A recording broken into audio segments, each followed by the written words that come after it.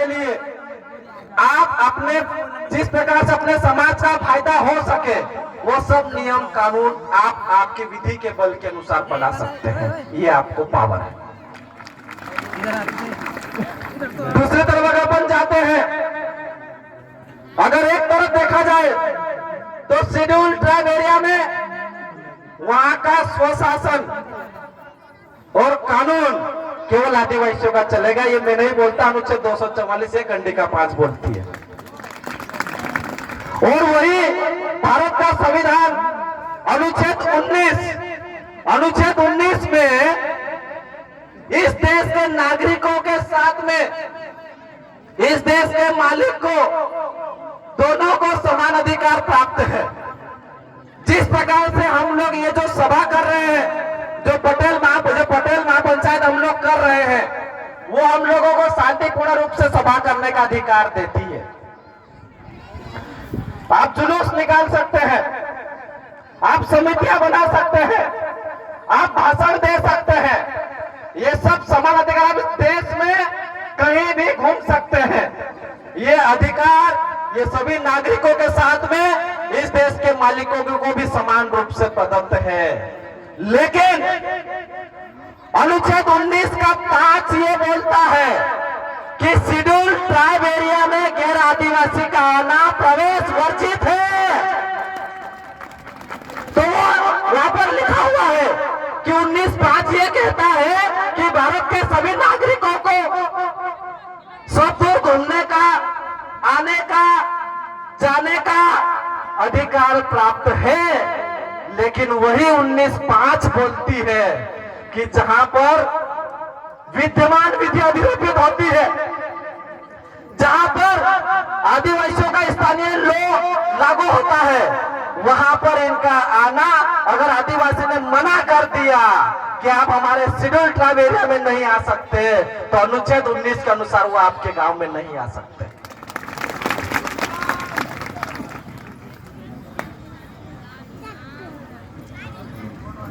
तो ये मेरी बात नहीं है, ये जो इस देश, जो प्रशासन, जो देश चलता है इस देश का, उस देश में जो संवैधानिक हक अधिकार है, जो संवैधानिक बातें हैं, उनकी बातें मैं आप लोगों को बोल रहा हूं। और उसी की 19(6) उसी की अनुच्छेद 19(6) ये बोलती है कि अगर शेड्यूल ट्राइब एरिया में आदिवासी क्षेत्र में किसी को व्यापार करना है गैर आदिवासी को, तो वो आदिवासी की परमिशन के बिना नहीं कर सकता है। तो मेरा सवाल आप लोगों से कि शेड्यूल ट्राइब एरिया में गैर आदिवासी आया कैसे, उनको लाने वाला कौन है, उनसे सवाल कीजिए। दूसरा सवाल मेरा यह है कि शेड्यूल ट्राइब एरिया में आके जो व्यापार बिजनेस कर रहा है, और व्यापार बिजनेस में अगर उसको करने की अगर अनुमति आदिवासी ने नहीं दिया, तो उसको किसने परमिशन दी, उसको ढूंढो। सवाल पूछने का तरीका है। और अगर वो आदिवासी क्षेत्र में बिजनेस या व्यापार करना चाहता है, तो उसको आदिवासी की परमिशन लेनी पड़ेगी। और आदिवासी व्यक्ति परमिशन उसको एक कंडीशन में देगा कि जितना आप इसके माध्यम से जो व्यापार कर रहे हैं, उसका इतना अंश, इतना भाग इस पंचायत को देना पड़ेगा, ये शर्त रहेगी। लेकिन क्या शेड्यूल ट्राइब एरिया में जितनी भी चीजें हो रही है, जितने भी बड़े बिजनेसमैन होते हैं, जितने भी बाहरी लोगों का जो यहाँ पर आना हुआ है, उनको लाने वाला आदमी कौन है रे भाई? कब पूछेंगे हमारे लोगों पे सबसे ज्यादा अत्याचार कौन कर रहा है? जिसके पास में पैसा होता है। आज भी हमारे लोगों के पर बहुत सारे ऐसे केस लगे होंगे जिनको पता नहीं है कि उनके ऊपर केस क्या है। लेकिन अनुच्छेद 22 ये कहता है कि जब कोई पुलिस वाला आपको पकड़ के ले जाएगा, तो उसको ले जाने के पहले बताना पड़ेगा, उनको आपको आपके घर से ले जाने के पहले आपकी रूढ़िवादी प्रथा को सूचित करना पड़ेगा। दूसरा ये बताना पड़ेगा कि उस घर के सदस्य को ये बताना पड़ेगा और उस व्यक्ति को बताना पड़ेगा कि मैं आपको इस जुर्म में मैं आपको पूछताछ के लिए ले जा रहा हूं।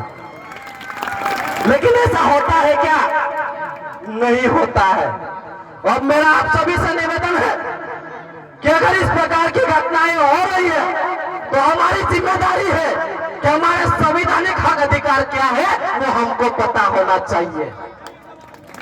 और जिस दिन आपको आपके हक और अधिकार पता हो जाएंगे तो ये जो सिस्टम है, सिस्टम में उसकी भाषा समझता है।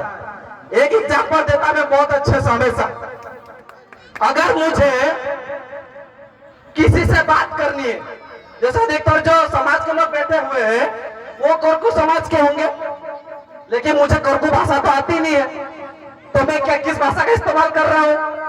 हिंदी का इस्तेमाल कर रहा हूँ, क्योंकि हिंदी ज्यादातर हम लोग इस्तेमाल कर रहे हैं। और मैं हूँ बारेला, यदि मैं मेरी भाषा बोलूंगा तो भी आपको समझ में नहीं आएगी।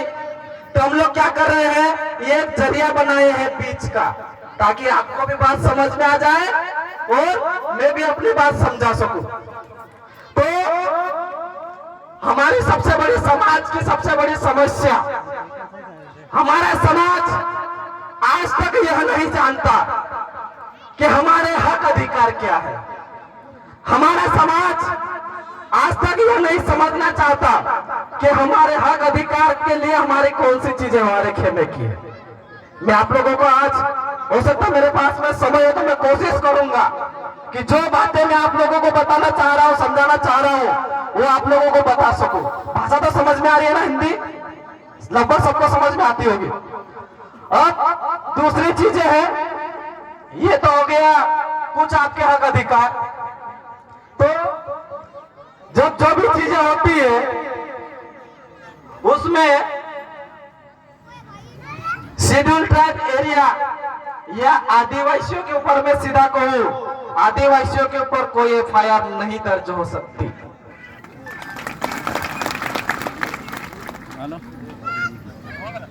अब बहुत सारे लोग बोलेंगे, अरे यार असो कसो बोली रो भाई, यहाँ तो थाना में जन रिकॉर्ड निकालता अपराध अपना निकला, ऐसे होता ना।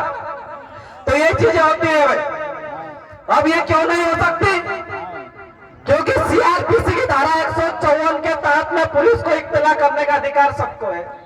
उसके अंतर्गत में ये फर्स्ट एफआईआर लिखते हैं, और फर्स्ट एफआईआर लिखने के बाद में उसी जो सीआरपीसी और आईपीसी है, आईपीसी की धारा 5 ये कहती है, सीआरपीसी की धारा 5 ये कहती है कि स्थानीय लोकल लॉ के व्यक्ति पर, मतलब ये जो आप लोग पटेल महापंचायत कर रहे हैं, जो आपकी चौड़ी जो आप लोग बिठाते हैं, जो आपकी ग्राम सभा है, उस ग्राम सभा के व्यक्ति के ऊपर एफआईआर नहीं हो सकती। ये मैं नहीं बोल रहा हूं, ये आपका आईपीसी जिसके माध्यम से इस देश का कोर्ट सजा सुनाता है, सीआरपीसी क्रिमिनल प्रोसीजर कोड जिसके माध्यम से किसी व्यक्ति के खिलाफ में एफआईआर के प्रक्रिया चलाई जाती है, वो किताब की धारा 5 ये कहती है कि आदिवासी व्यक्ति के ऊपर एफआईआर नहीं हो सकती। तो मेरा आप सभी से सवाल है, तो हमारे लोगों पर एफआईआर करने वाला व्यक्ति कौन है और कौन से नियम से एफआईआर किया, उनसे जाके पूछना। पूछोगे कि लेकिन उसमें भी हमारी गलती है। अब सुनना, कभी भी पुलिस वाले अपने घर आके एफआईआर नहीं करते। कभी ऐसा हुआ क्या? आज तक नहीं हुआ। तो उसमें जो विफल है, उसमें जो फेल हुए हैं, उसमें हमारी ही कमी है। क्या कमी है? कोई भी पुलिस वाला अपने घर आके एफआईआर नहीं लिखते। अपने व्यक्ति कहाँ जाता है? थाने पे, और थाने पे जाके बोलता है कि भैया मुझे क्या करना है, एफआईआर लिखवानी है। तो भाई जब देश का मालिक जाके बोलेगा कि मुझे एफआईआर करनी है, तो उनको तो मानना पड़ेगा, उनको लिखना पड़ेगा, इसलिए वो एफआईआर लिखते हैं। तो ये एफआईआर नहीं हो सकती, लेकिन लिखवाने वाला व्यक्ति कौन? आदिवासी। किसके खिलाफ में लिखवाना है? आदिवासी। जब आप खुद चाहोगे तो एफआईआर होगी, और आप नहीं चाहोगे तो एफआईआर नहीं होगी। तो आप लोग क्या चाहते हैं? एफआईआर होना है कि नहीं? एफआईआर नहीं होना है तो रूढ़िवादी पंचायत जिसे अपन पटेल महापंचायत, इसको मजबूत कीजिए। जब आप इसको मजबूत कर लेंगे तो आपके अनुच्छेद 19 गांव में नहीं आ सकता भाई, ये मैं बोल रहा हूँ। संविधान का 19(5) बोलता है। वो जब वो आपके गांव में आपने परमिशन ही नहीं दी तो FIR कैसी? समझ में आई बात? तो इसलिए मैं आप लोगों को बोल रहा हूं कि 13(3) क के अनुसार आपको विधि बनाने का अधिकार है, और उसी 19(5) में आपके क्षेत्र में आने के लिए इनको परमिशन लेने का है। अगर आपसे नहीं पूछ के आएंगे तो आपके गांव में नहीं घुस सकते। ये मैं नहीं बोल रहा, अनुच्छेद 19(5) बोलता है। और IPC CRPC की धारा 5 भी कहती है कि जो लोकल लॉ है, लोकल विधि लोकल लॉ के व्यक्ति के ऊपर लागू नहीं होती। तो ये हमारे लोगों के ऊपर FIR न हो, हमारे लोगों के ऊपर कार्यवाही न हो। आपको एक ही काम करना है, आपकी जो पटेल महापंचायत है उसको मजबूत कर दीजिए। 8-10 लड़कों को हर गांव से तैयार कीजिए, वो संविधान की भाषा को समझता हो थोड़ा बहुत, जो अपने खेमे के हक अधिकार है उसको जानता हो, पूरा की पूरा गांव को वो बचा सकता है। इसीलिए ये जो कुछ हक अधिकार है वो हम सबको पता होना चाहिए। तो अगर FIR नहीं होना है तो किसको मजबूत करोगे?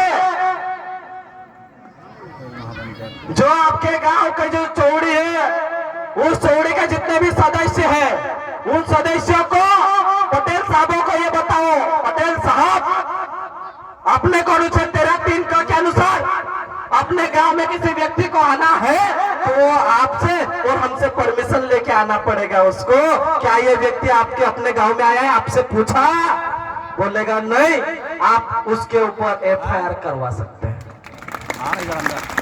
क्योंकि उसने आपके नियम को नहीं माना। आपके नियम को नहीं माना मतलब जो संविधान का अनुच्छेद 141 है उसमें कहा गया है कि इस देश का सर्वोच्च न्यायालय जो भी नियम कानून पारित करता है वो सभी लोगों के लिए, और उसका उल्लंघन करता है तो धारा IPC के 124(a) के तहत देशद्रोह का मुकदमा उसके ऊपर दर्ज होगा। और उसके लिए विभिन्न धाराएं हैं, कभी 10 साल की भी हो सकती है, आजीवन कारावास भी हो सकता है। तो ये कुछ चीजें हैं जो हमें पता होना चाहिए, और हमको ये चीजें पता नहीं है, इसीलिए हमारे लोगों के ऊपर फर्जी FIR बहुत सारी हो जाती है। बेचारे को पता नहीं होता कि किस जुर्म में मेरे ऊपर FIR हुई है। बहुत सारे भाई बैठे होंगे, तो ये सब चीजें हमको पता होना चाहिए। तो ये छोटी छोटी चीजें हैं, लेकिन अपना समाज इनकी बात नहीं करता। ये छोटी छोटी बातें हैं, लेकिन अपना व्यक्ति इसको समझना नहीं चाहता। यदि हर गांव से अगर इसको